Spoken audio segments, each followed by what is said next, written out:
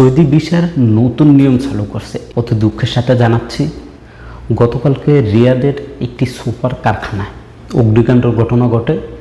এখন পর্যন্ত যে তথ্য আছে সেই তথ্য অনুসারে 17 জন মৃত্যুবরণ করেন। এদের মধ্য থেকে কেউ বলতেছে 17 জনই বাংলাদেশি, কিন্তু আমাদের কাছে যে তথ্য আছে সেই তথ্য অনুসারে 12 জন হচ্ছে বাংলাদেশি, আর এই 12 জনের 7 জন হচ্ছে নওগাঁর, আর বাকি 5 জন হচ্ছে নাটোরের বিভিন্ন অঞ্চলের।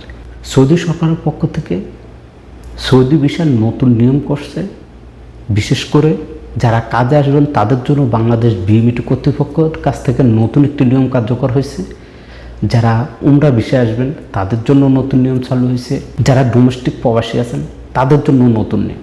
দেখেন, গত 2 থেকে 3 দিন আগে আপনাদেরকে জানিয়েছি, যারা ডোমেস্টিক প্রবাসী যারা নতুন আসবেন তাদের জন্য কিন্তু এখন থেকে তাকামুল সার্টিফিকেটটা বাধ্যতামূলক করা হয়েছে, যেটা আপনাদেরকে আগেই জানিয়ে দিয়েছি। তো এখানে আবারও বলে দিচ্ছি, ডোমেস্টিক প্রবাসীদের জন্য এখন থেকে তাকামুল সার্টিফিকেট বাধ্যতামূলক লাগবে। নতুন প্রবাসী হবেন, প্রবাসে আসবেন, তাদের জন্য বাংলাদেশ বিএমইটি কর্তৃপক্ষের কাছ থেকে একটি নতুন নিয়ম চালু করা হয়েছে।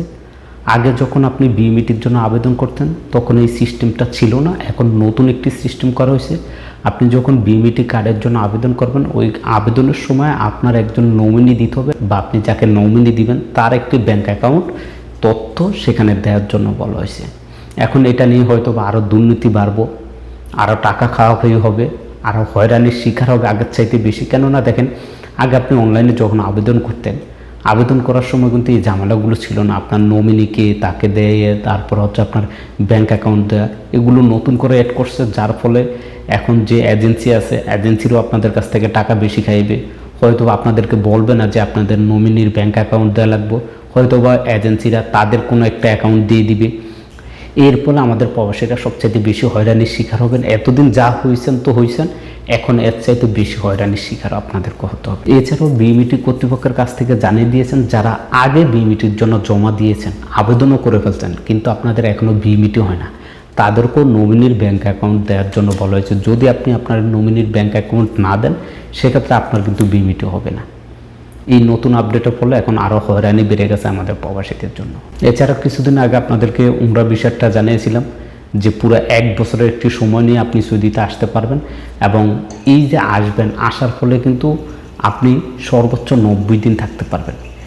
1 বছরের মধ্যে মাল্টিপল উমরা বিষয়টি নিয়ে আসবেন, আপনি আইসা 10 দিন থাকবেন, চলে যাবেন, আবার আসবেন, আইসা 20 দিন থাকবেন, চলে যাবেন, এইভাবে মোট 90 দিন আপনি থাকতে পারবেন। আপনারা জানেন, যারা ফ্যামিলি ভিসা আনতে চাচ্ছেন, ফ্যামিলি ভিসা আনবেন, সেই ভিসার ক্ষেত্রে নতুন নিয়ম কার্যকর হয়েছে, যেটা আপনাদেরকে আগেও জানিয়েছি, এখন আবারও বলে দিচ্ছি।